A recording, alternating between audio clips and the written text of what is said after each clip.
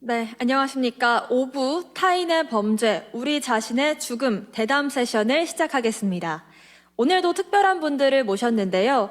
여자를 위한 나라는 없다의 저자 샤힌 아크타르 저자님과 번역자이신 전승희 교수님 만나 뵙도록 하겠습니다. 전승희 교수님께서는 본 대담에 대해서 당사자의 시각에서 본 전시 성폭력과 식민주의 근현대사라는 제목으로 글을 써주셨는데요. 책에 대한 자세한 이야기 들어보도록 하겠습니다. 전승희 교수님께 마이크 넘기겠습니다. Thank you. Thank you for that introduction, and thank you, the Women's Human Rights Institute of Korea and other organizations and people who made this event possible. I'm honored to be invited here to have a conversation with one of my favorite writers, and to my view, one of the great masters of contemporary novel, Ms. Shahin Akhtar, about her remarkable novel, The Search. I will not read the essay I wrote in that program book, but instead I'll direct about 10 questions to the author, and we'll hear from her. After that conversation, we'll open up the podium to questions and answers from the audience, both in person and online, as well as student participants in this conference. So without further ado, Shahin, you've come to Korea a few times already. And 2 years ago, you remotely received the 3rd Asian Literature Award at the Asian Literature Festival in Gwangju. Could you please share with us your thoughts and feelings on revisiting Korea now and attending this international conference on women's human rights and peace?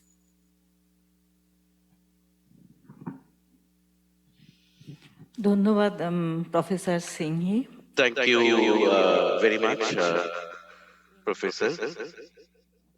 And this is the 3rd time I have come to Korea. First time I came in the writer's residency program.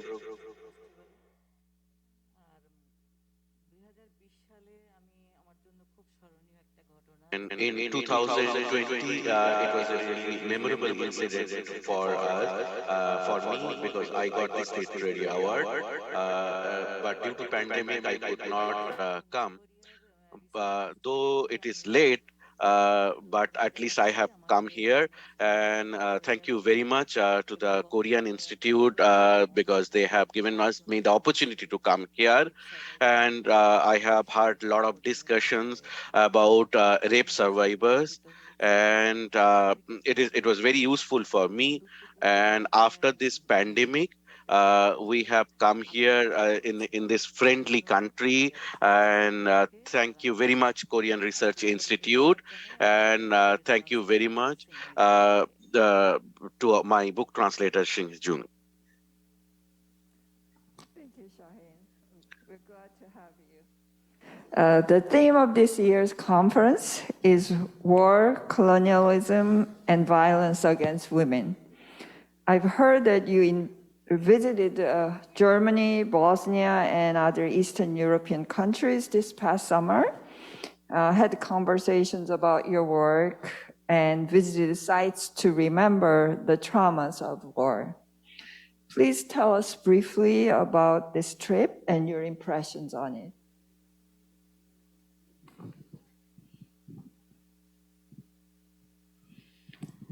আমি গত সামারে In the last summer, like 2 months ago,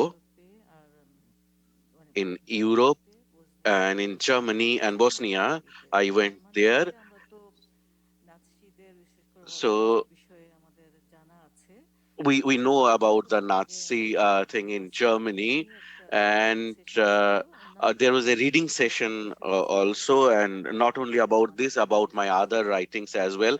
And uh, so there I spoke to the German professor about the translation of the search, and from the audience also we got some request.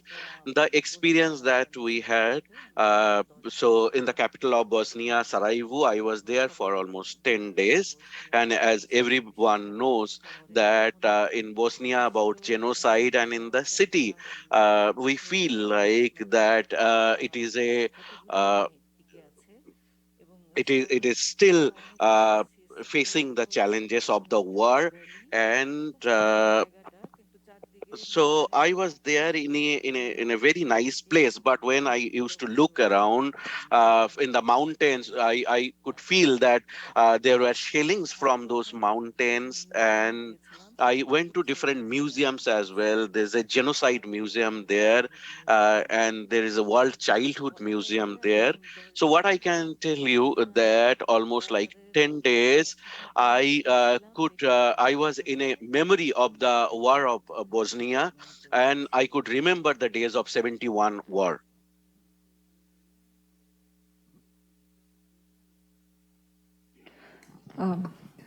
Sounds like a great time, and also, although unhappy time with all those memories, it's helpful for someone like you to visit and eventually award us with some good reflections.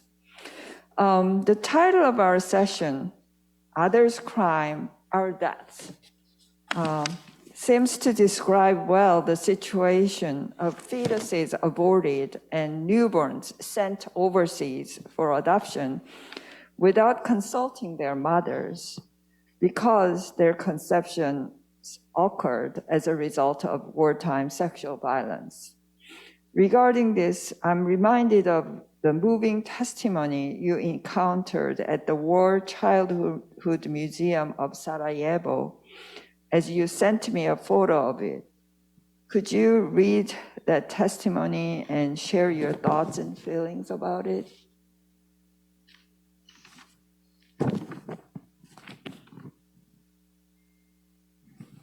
সারাইবোতে আমি বলেছি যে একটা So in Sarajevo, as I have told, that there is a World Childhood Museum, and at that time, at the time of war, the children, they were there.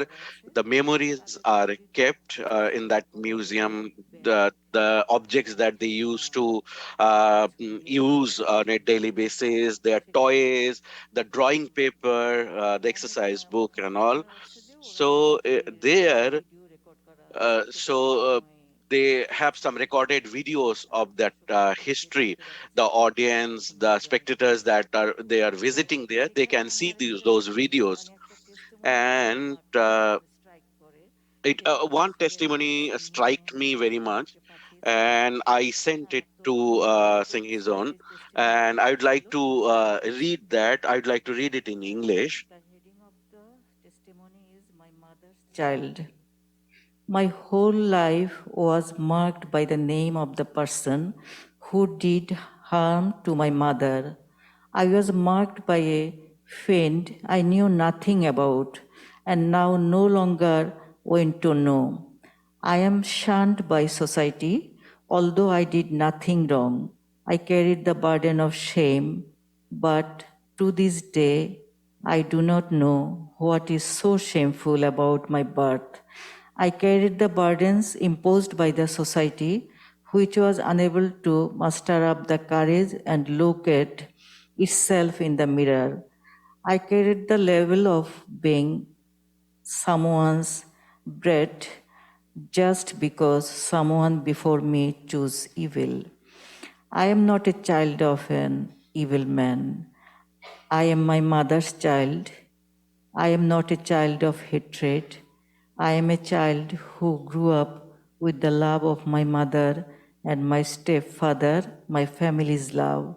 I am not a child of shame.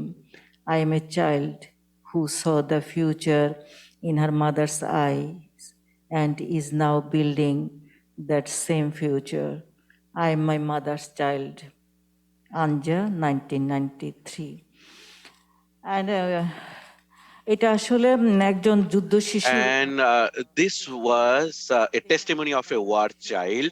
And in Bangladesh, there are a lot of children. You know about it.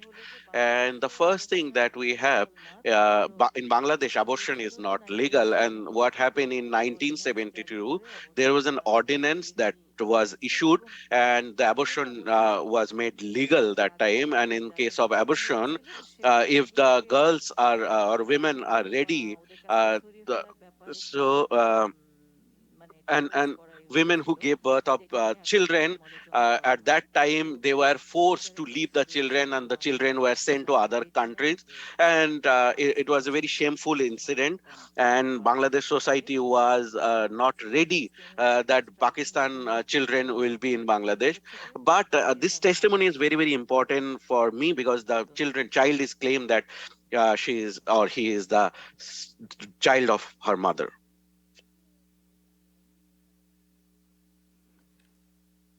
Sorry. That was such a moving story, testifying to a contrasting view of a young person that are born of very unhappy history. But it's only from the father's perspective that the child is a child of shame. And violence. It's not necessarily so from the perspective of the child itself or the mother. Your novel, The Search, offers a valuable perspective on the theme of this conference, war, colonialism, and violence against women. People often label the half-century period after World War II a Cold War, considering it to be relatively peaceful. Yet, while nuclear war or World War III, which many people feared did not happen, it was in fact a period of both large and small wars. Although the Vietnam War is the most representative example, wars that drew less attention, such as the ongoing Korean War or the 1971 Bangladeshi War of Independence, are related to this peaceful order established by the post-World War II powerful nations. Thus, the Korean War is often called a proxy war, and the Bangladesh War of Independence is clearly related to a power struggle between the US and USSR and India and Pakistan as their surrogates.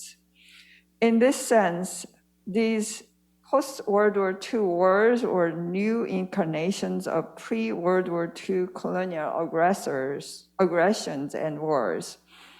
The Search vividly depicts this reality. Did you have any particular experience or insight that led to your realization of this fact? Also, did you want to bring about any particular effects among your readers through this kind of depiction? If so, can you describe them?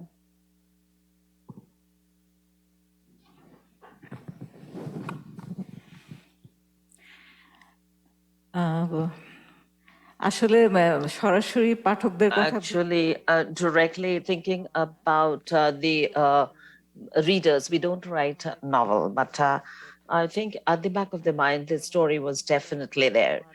Like I was around 10 years old in 1971, and radio was very popular those days. And we used to always listen to radio and have a feeling that radio will give us the right direction, where we should run away and which place is safe. I have those memories with me. I know about the politics in Bangladesh at that point of time. We were fighting for our freedom. And in 1971, 25th March, the Pakistani soldiers entered Bangladesh to attack the people of Bangladesh, and it was a genocide. It took the shape of a genocide later, but initially it started like this.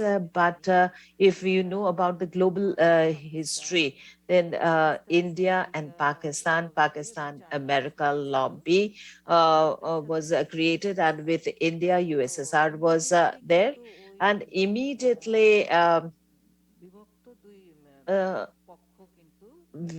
these two parties were there together. I don't know whether it was what it was. I don't know whether America gave a green signal or not, but later it became very obvious. So I remember while listening to a radio continuously when India announced war against Pakistan. At that point of time, the seventh lead from Vietnam proceeded towards Indian Ocean, and that was the route to enter Bangladesh. And luckily, before reaching that place, Soviet Union, the then Soviet Union gave a veto about this, and on 16 December, our country got its independence, and we escaped from a big, magnanimous war. Since my book, this search from various angles, I have tried to capture this issue and international politics. Um, I tried to vividly explain these things later about to know those times.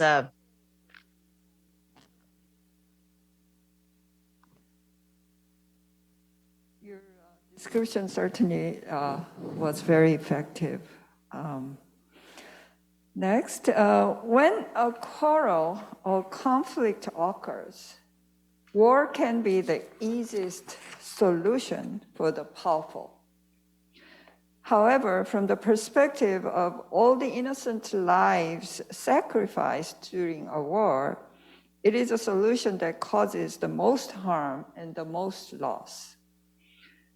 Bao Ninh, the Vietnamese literary master who authored the award-winning The Sorrow of War, famously said something to the effect, "The best war is worse than the worst peace."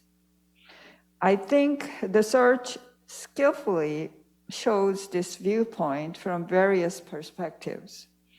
It vividly describes leaders who mislead young people's passion for justice through skillful rhetoric and who take advantage of their sacrifices as their political assets. Military and political leaders who enjoy the progress of the war remotely as if watching games. Also, the wide variety of the ways in which these innocently sacrificed youths and their civil lives are abused after a war are depicted so well, sometimes through descriptions of the absurd allocations of merits and demerits, other times through effective sketches of various characters and deeply moving and sorrowful personal stories. As a result, the search convincingly embodies the lesson in the phrase, "War is not an option." My guess is that for a Bangladesh citizen like yourself, the justice of the Bangladesh War of Independence is self-evident, since West Pakistan was obviously oppressing East Pakistan at the time. So it might not have been easy for a Bangladesh to see the injustice of such a just war. I wonder what made you become sensitive to the fundamental harm to people of even a just war.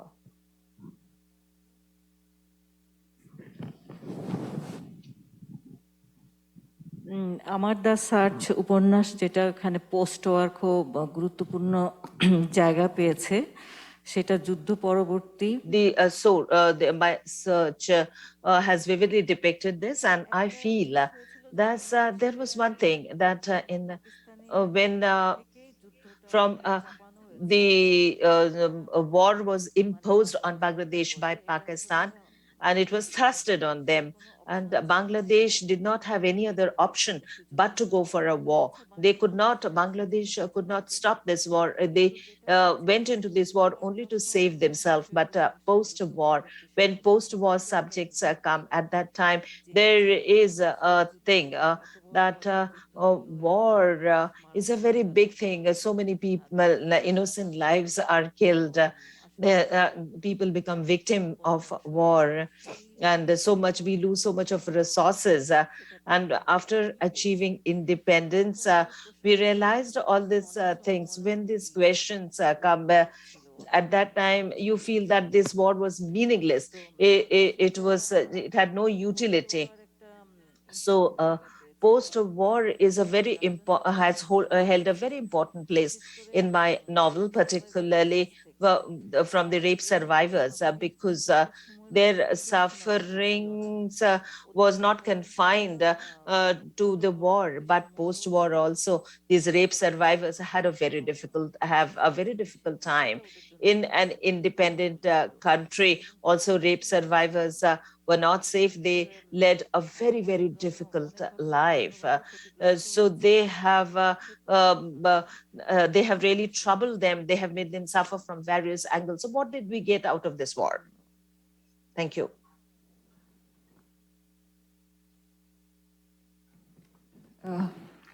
I think that that's a lesson we all should keep in mind and take deeply in our heart.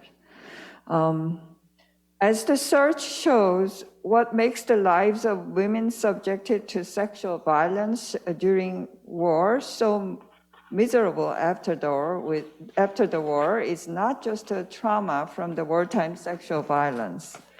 The social prejudice that considers women's sexuality to be the property of a patriarch takes various forms. A society in which a girl holding hands with a boy, as Miriam did, is a scandal.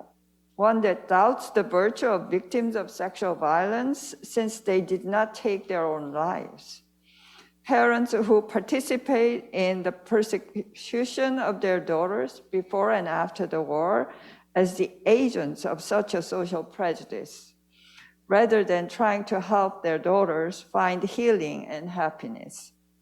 And the state that takes away their faces and voices imprisons them within traditionally obedient women's roles through measures for rehabilitation like forced abortions, adoptions, and marriages, even while glorifying them with superficial rhetoric. In your novel, this social prejudice also operates when those in charge neither invite nor recognize most victims of wartime sexual violence at the War Crimes Court 3 decades after the war. What enabled you to see wartime sexual violence as a matter not of a one-time event or simple aggression by the enemy, but of an entire society's attitudes and values? Also, how is the status and situation of women in general in Bangladesh these days?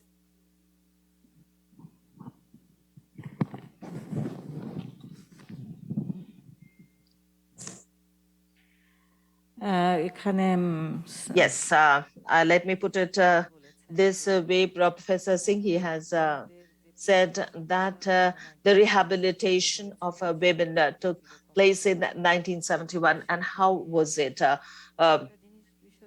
There is one thing which is very important in this context, and that is the women were given various type of trainings, which was very stereotyped, like sewing, cooking, all these things, typing.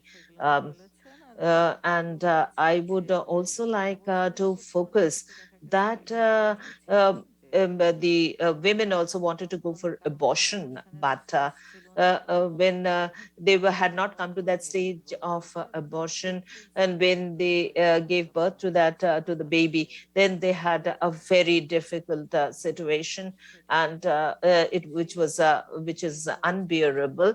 The situation of women was deplorable, very pitiable, and their life was very bad, full of sufferings. How they would go ahead in life was a difficult question.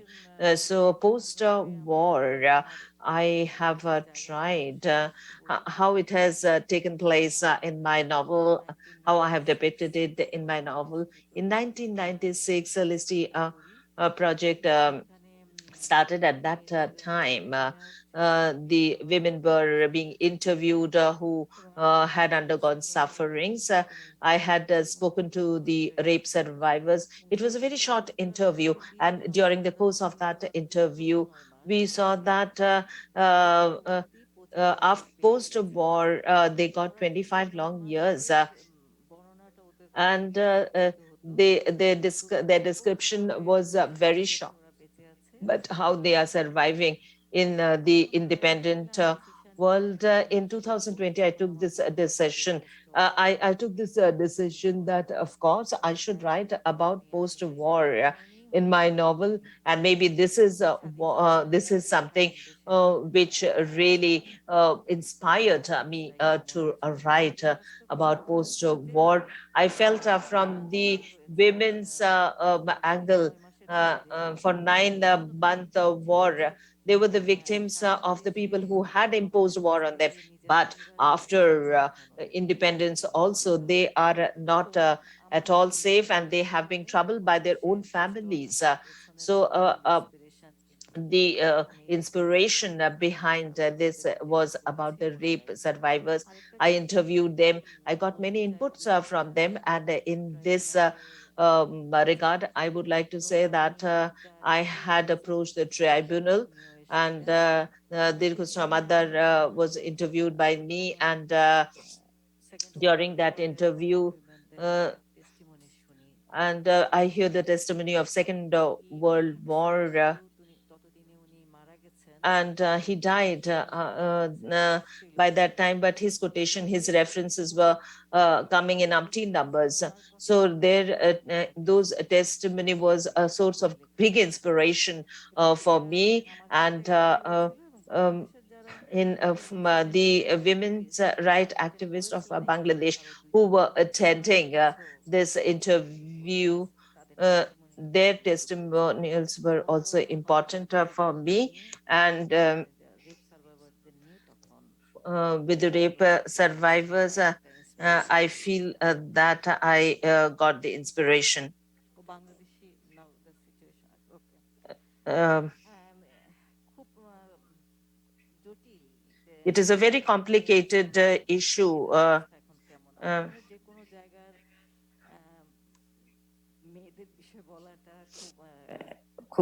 খুব কঠিন যে I ভালো think না it's very difficult to talk about the girls, whether they have moved forward or backward. It is very difficult to mark them like this. But what we have seen, that the violence has increased in the entire world against women, whether that is domestic violence. Probably you do not face it here, but we face in our country. So the women are not secured when they are going out of their house, when they are roaming around in the road and all. So this has increased in Bangladeshi society. And another thing is the parda or the curtain thing. So that has increased in Bangladesh.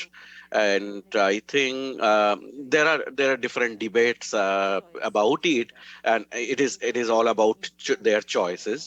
But what we are talking about is imposing this thing, that there's a girl or woman on the road, and she's not using the parda or the curtain, and that she is being harassed. So it should be according to their choices. If she is not willing to use it, so that she should not be pressurized. So we see that this has increased in Bangladesh.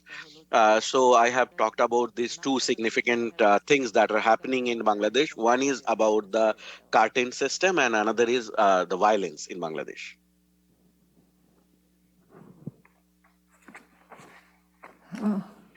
It's it's very regrettable that we seem to see more cases of these violences, both here and there.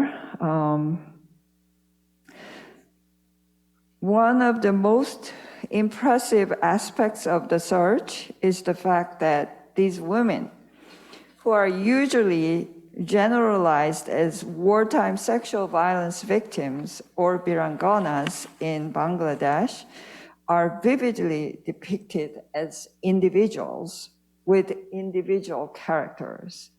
On the one hand, there is Shobha Rani, impregnated during the wartime sexual violence, who proudly raises her son as that of her late husband, murdered by the Pakistani military. On the other, Shayamali believes that she became a Birangona by mistake, as she was the lover of a Pakistani military officer when abducted. There is the naive Tuki, who believes she is a virgin because she has never married, and alcoholic Radhanani, who helps prostitutes in a red light district. Indeed, the shape of lives of survivors of wartime sexual violence is as varied and unique as everyone else's. Thanks to these depictions, the novel highlights the fact that these women are typically hardworking individuals, not so naive or foolish as to take their own lives for an obsolete belief in women's virginity, but instead loving their lives, questioning absurd social attitude toward their sacrifices, and doing their best to explore personal possibilities. I don't believe too many novels show us as convincingly that wartime sexual violence victims are not just pitiable victims, but human beings as normal as the rest of us, and requiring the same level of respect. What do you think made you see their lives as typical and respectable? Could you share some of your experiences about and or with them?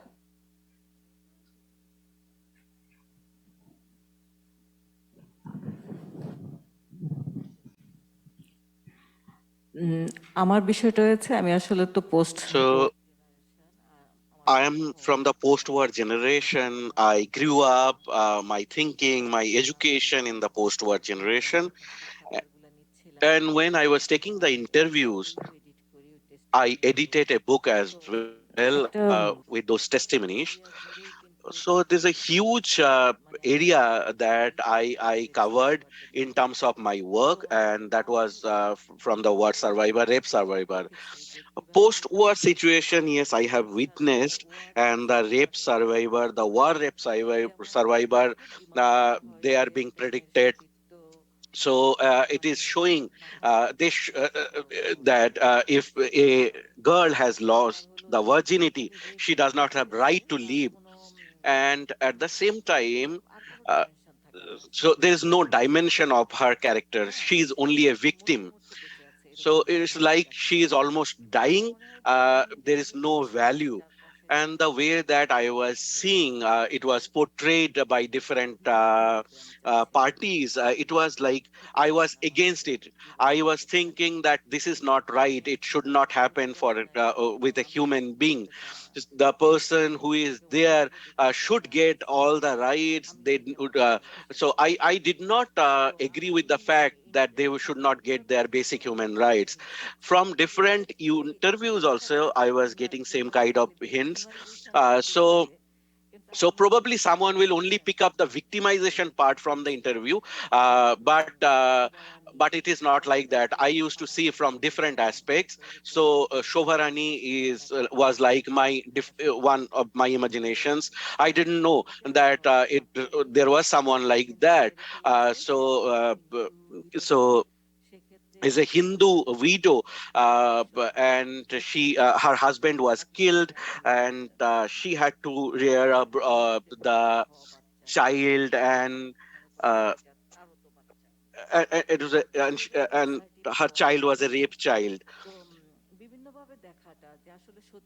So how can we see the different aspects of this situation? How the girls or the women are being seen as virgin, and also after the war, different situations that we have seen, like if we talk about virangana, uh, who will be called as virangana, that was also a personal challenge that I had to face, and a lot of information I could gather from the interview, and from different aspects I could build up those characters in the novel Search.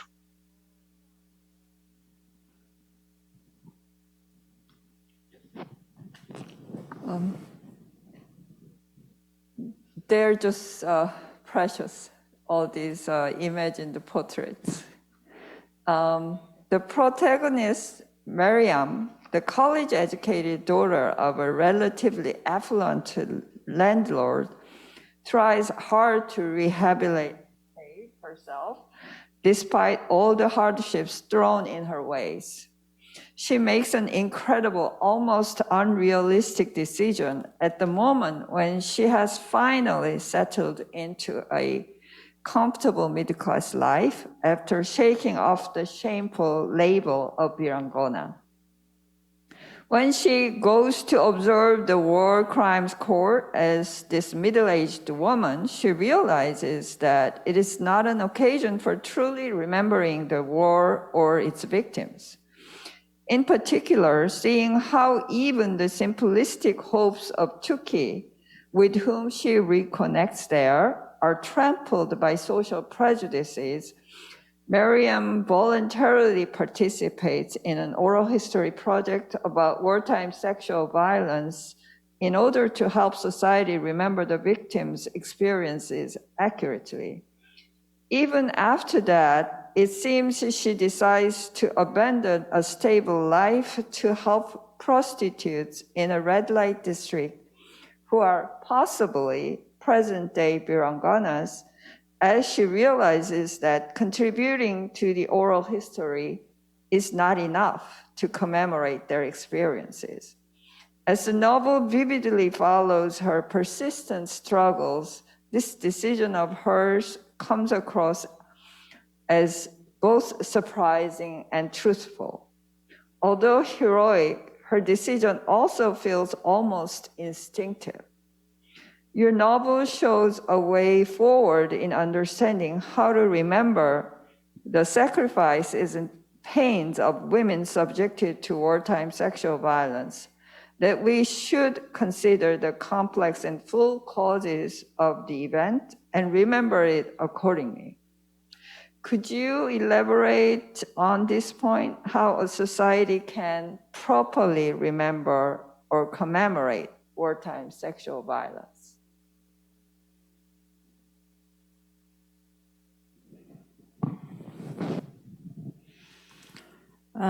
আমি উপন্যাসে বলেছি আসলে যে So in the novel, I have explained that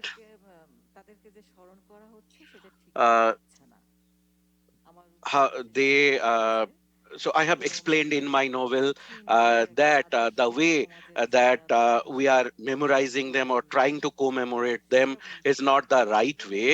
I think we need to think about it. And I witnessed that the situation when we saw the liberation war at that time.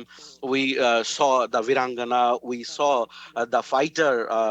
So they were welcomed with flowers, garlands, and everything. So is it like that?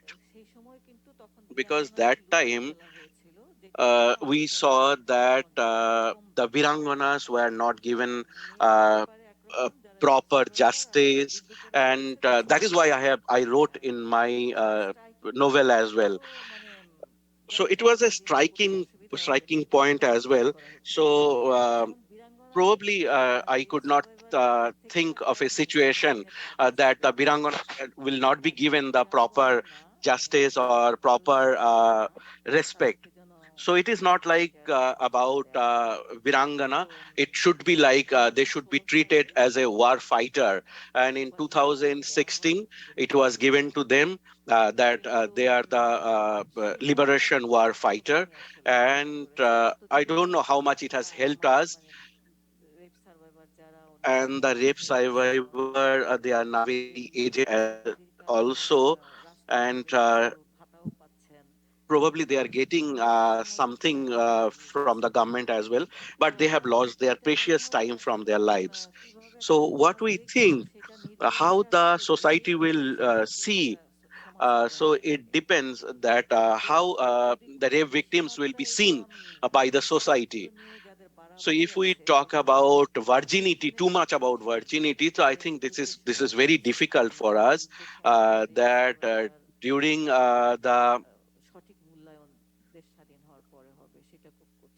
so I think it will be difficult to assess them after the war, and the values change very slowly.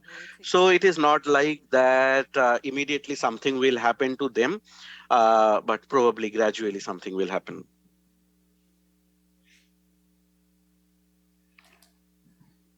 Yeah, as long as we tolerate violence against women these days, we're not taking any lessons from what happened to these women before. I think that seems to be the gist of what you're saying, and I can't agree with you more. Thanks to your novel and short stories, we've come to know a little bit about the rich and remarkable world of Bangladesh literature. I consider The Search to be one of the masterpieces of our time, deserving all the accolades it has received so far and that are undoubtedly forthcoming. My guess is that this is not just a product of a single genius, although you are one, but of the engaged literary scene that nurtures it. Could you tell us a little bit about the literary scene in Bangladesh, in particular among women writers, and a bit about those who influenced or stimulated your work?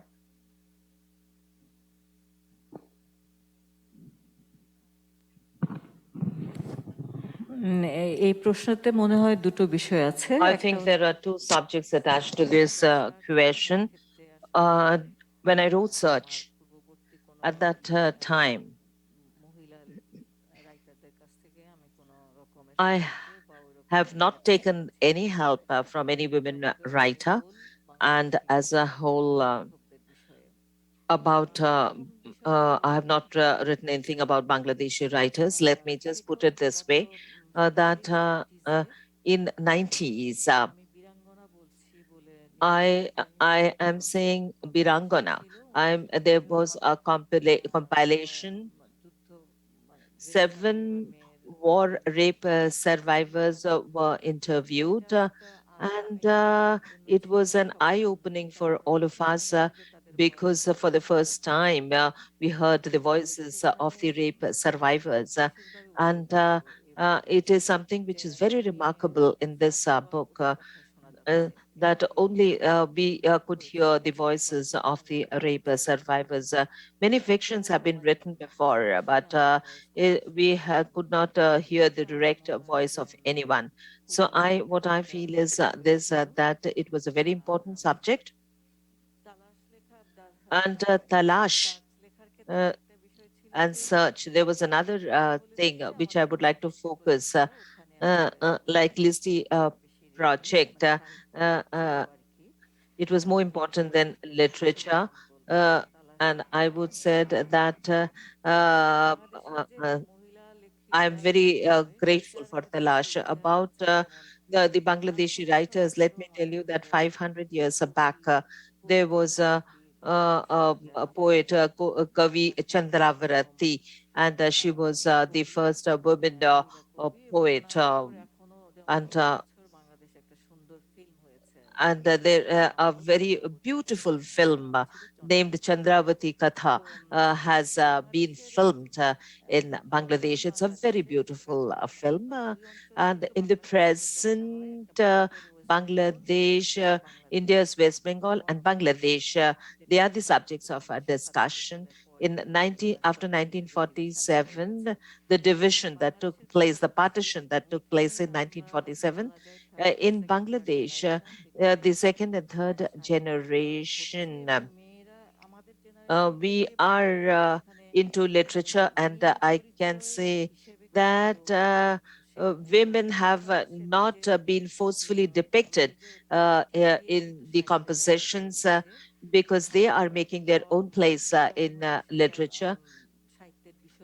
And I would like to put it this way that, like in Talash, many people say that in Talash, many experiments have been done, and I'm not alone in that. In my generation and in later generations also, women are writing a lot, and they are into various beautiful compositions.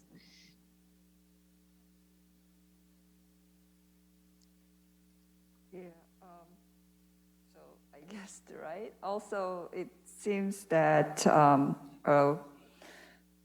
very extensive years of effort went into creating your work. Okay, we have all undergone a very difficult few years due to the global pandemic. Perhaps thanks to it, we may be able to think more deeply about the current state of human civilization. As a result, on the one hand, efforts to modify its course gained more encouragement, while the opposite effect created more wars and grave dangers. Observing and living with these opposing trends, what are your thoughts? Also, what are you working on or planning these days?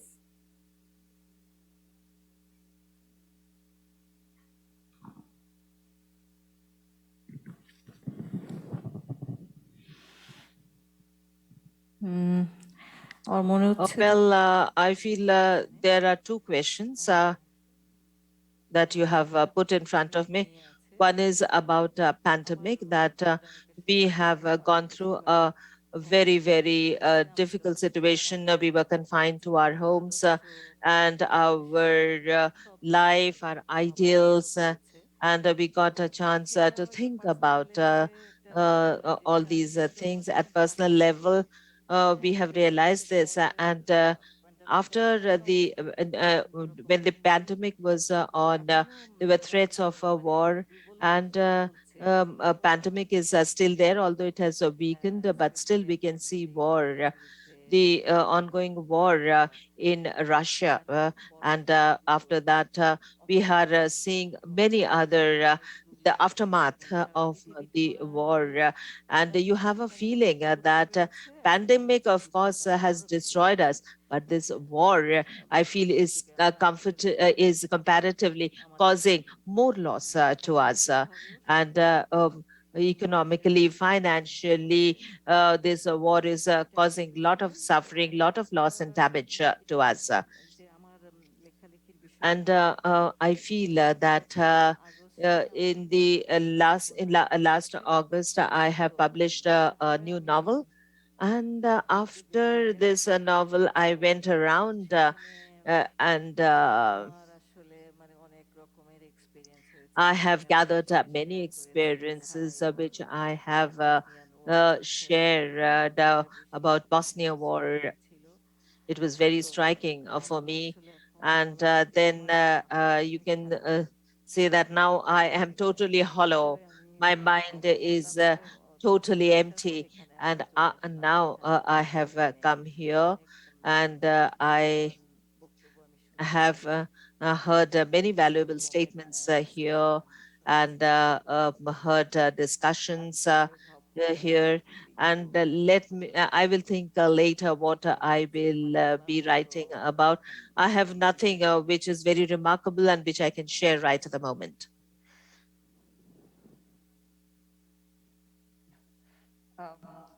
I think you've already shared a lot of wonderful stories. I hope that we can get to read them soon, your latest works. Now, I'd like to open the podium for Q&A. You gathered some questions from the audiences?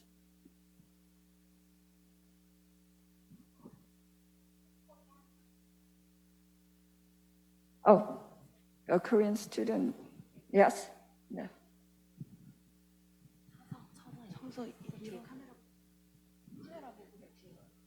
아, 네. 한국어로 질문해 주세요. 영어로요? Yeah, and thank you for your precious time and opportunity to share your opinion. 네.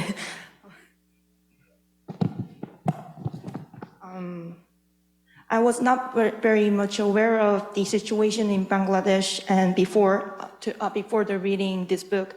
So I learned a lot reading the search.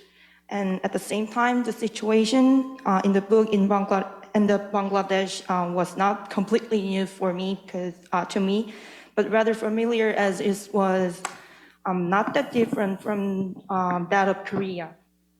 So personally, that made me feel the book more interesting. So my question is, what makes Miriam to continue to rehabilitate herself? That was my question. I wonder what drives Miriam to reflect on patriarchal prejudice and dynamic between a ruling elite and the people, and a world order led by powerful countries. I'm curious because I think that having Miriam's attitude and her introspective attitude and self-development attitude can be modeled not only for those who have experienced something Miriam has, but also those who should remember them. So thank you. ধন্যবাদ মরিয়ম যে Thank you so much. The struggle of Miriam was varied. She could somehow survive, and it is in human nature, because every woman wants to come out of the sufferings. And Miriam is a character who symbolizes that she will never bow down. And in her professional life also, she is continuously struggling. And for her dignity also, she is fighting, struggling. And I feel, and you will also accept, I think, that she can be a role model. I feel this is a human nature which we want to overlook, but it cannot be overlooked, especially in the case of rape survivors. We never think that they can struggle so much, they can have so much of courage. Thank you.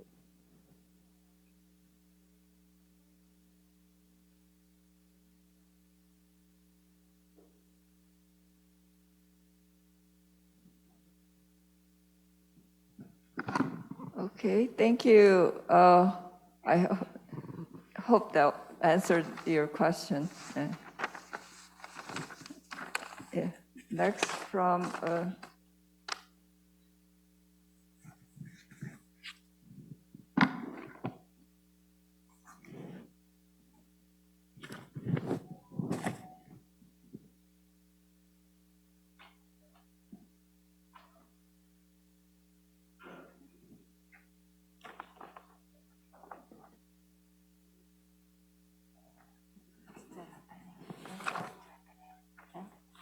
Japanese, so there is no question.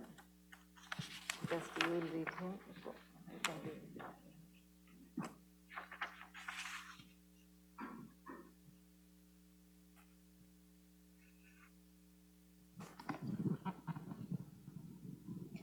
I'm Chiko Kobayashi from Japan. Thank you so much for your interesting talk. I'd like to comment that the concept of post-war. I learned that foreign powers are causing submissive attitudes and actions in Bangladesh, even in an era generally called post-war in Japan.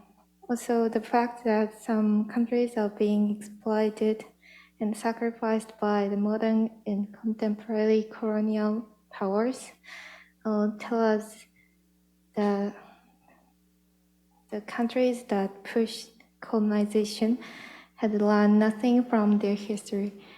Despite World War II, we could say that there was no reflection on this issue.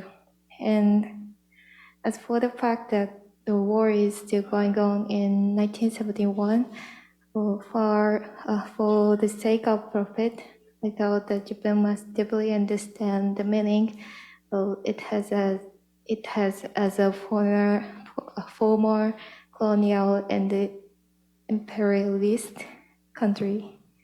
Thank you.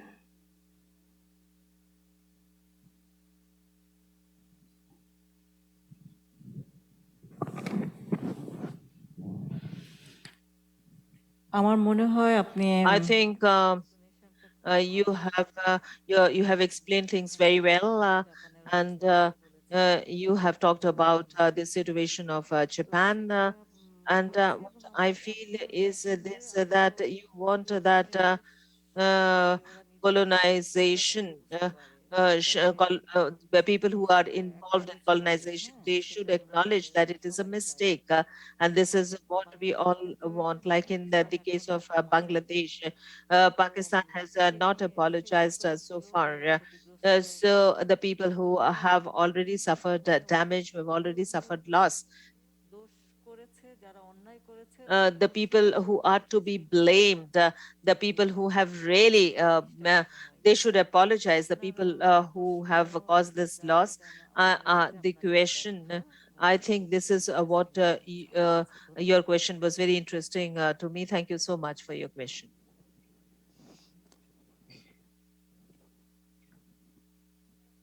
Thank you for both of you.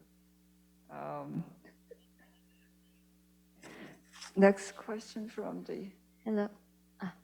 Hello, good afternoon. My name is Malaya Ray Frange from the University of the Philippines. And here's my question. I want to know what was your inspiration for the source of this metaphor. It is not just in times of war, but in times without conflict, in times of peace, that a woman's life is thought of as a four-wheeled vehicle with the body as its driver. So if the vehicle veers an inch away from the road paved with customs and rules, then it crashes into the rubbish heap. Life has fallen, and she becomes a fallen woman. So I just want to know what was your inspiration for this. Thank you. ধন্যবাদ আপনি আমার আসলে Thank you very much. And I think you have taken the first few lines from my novel. You have mentioned it, and we have already discussed it. And as I spoke earlier also, what is the perspective of society about rape?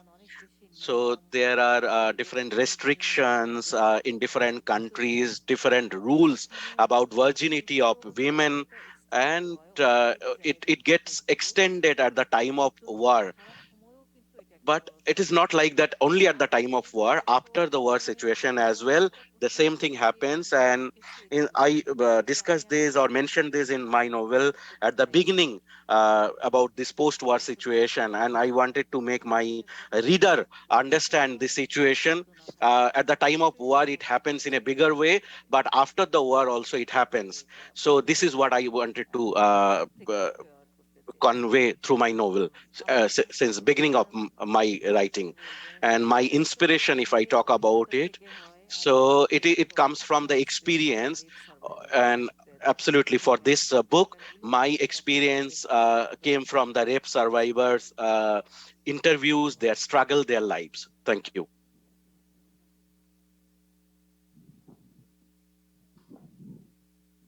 Thank you both. Next question.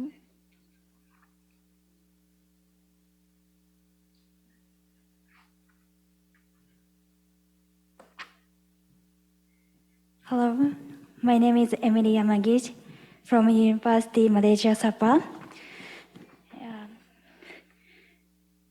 Thank you for sharing your talking, Ms. Shaheen Akhtar. And my question is, the summary of the book tells about how the protagonist, Mariam, attempts to rehabilitate herself. In the process of doing this, how was she able to overcome her emotion of self-pity, weakness, hate, or anger toward to her abusers? Were there moments of turning point that helped her in moving forward from her violent experience?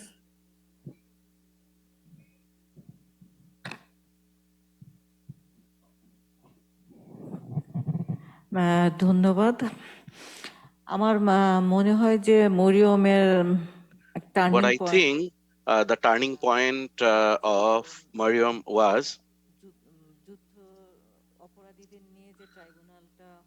the tribunal that was formed with the war criminal, and that was symbolic in Dhaka, and there Mariam and her other colleagues, so they talked to each other, and at that time she was a maid servant, and she was in the same camp, and they met each other that time, and they met almost after 20 years. And when Tuki brought her at her home, at that time this was a turning point of her life, and that time it was like she got a friend, a comrade, and she had to face a lot of bad experiences, and it was her responsibility to save her. And the crisis that Moriam had in her life, so at that time she thought she could easily overcome those challenges, and it was like she could see herself in a bigger aspect, and a lot of her pain got reduced that time. So what I think, it was important that she met Tuki, and আসে when টুকলি ওকে ও যখন থাকে ও Tuki came to Moriam's house একটা কাজের মধ্যে involve with Moriam, রাখে। and she got her involved in a work, and Moriam also wanted to do some job. So I think this was the turning point of their lives.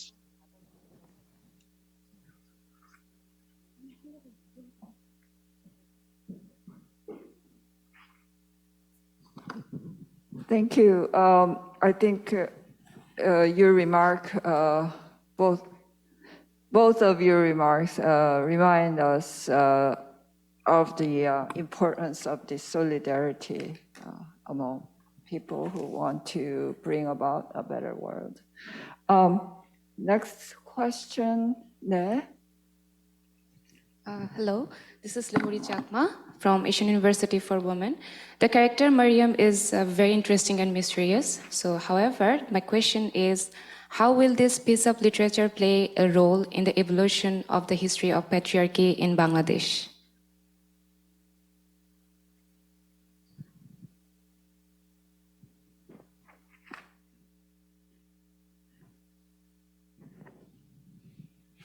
আমি এখানে লেখক হিসেবে বলছি যে Here, I'm writing. I think there is a book. A book cannot change or bring a lot of transformation. maybe indirectly it may have an impact on the society. But what I feel is in 2004, when this book was published, it was the best book of the year. And at that point of time, from jury board, they also said that um, we are having a feeling of guilt that in an independent country, women are suffering and people did not know about this. And I got this input from many listeners that we did not know the details about the rape survivors post-war. So this book has played a pivotal role in making people aware of the women after war is over. They are also they are still undergoing the same suffering, and those people who have talked about this book, they may think about this, and they have got a food of thought that they were the rape survivors, and what should be their attitude towards these rape survivors.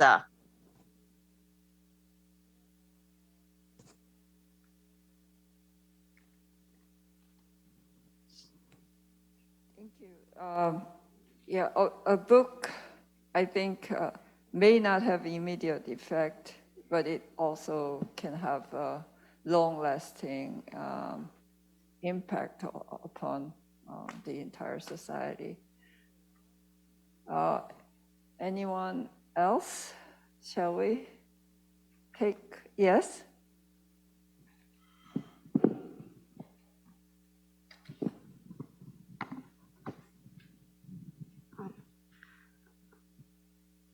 Hello, my name is Sinyoung Cho, and I'm a graduate student majoring in English literature in Sungmyung Women's University.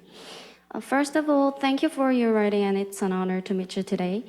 I believe it is genuinely important for us, the young generation, not to forget the history, sharing the experiences and memories. But I know that even Mukti's research had been doubted by the protagonist, Marian, but the role of the character, I was wondering if the Mukti's role as an archivist is created based on your own experience as an oral history project researcher in ASK human rights organizations or not. Thank you.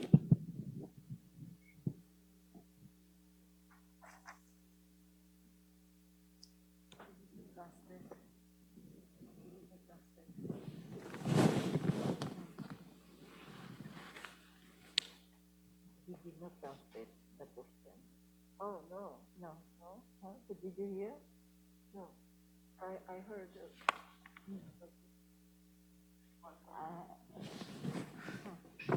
আমি আসলে Could you ইন্টারপ্রেটারের repeat কাছ the question one more time, just the gist of it, because the Bangladesh translation wasn't working at that point.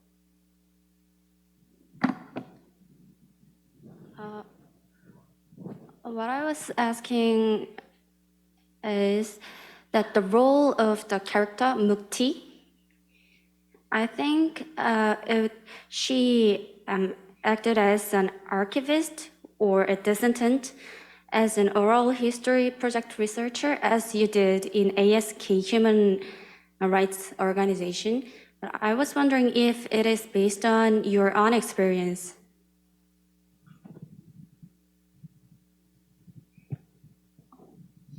ধন্যবাদ মুক্তি Thank you অবশ্যই so much.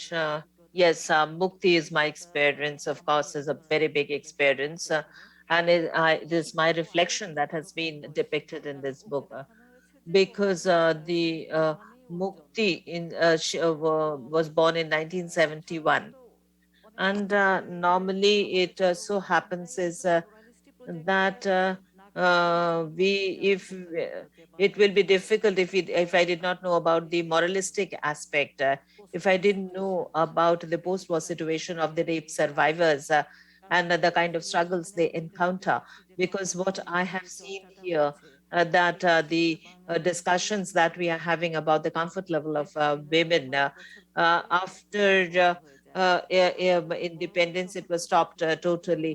because we did not know much about the freedom struggle, that it was due to politics that was prevailing. So Mukti is a very naive girl. She was not able to understand the questions, and she felt she was seen as an arrogant woman, and Murim also gets angry on her because of this. And she is junior, ignorant, innocent. At that time, through this character, I wanted to reveal. I think she wanted to. I think you talked about youth organization, and Mukti was representing the youth organization because she was naive, and there were many unnecessary questions, and she was arrogant at times.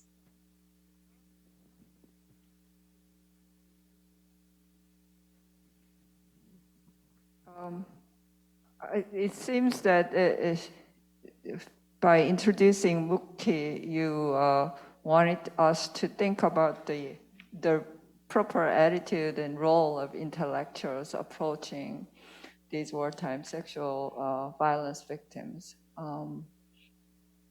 Can we take perhaps just a couple more questions from the audience here?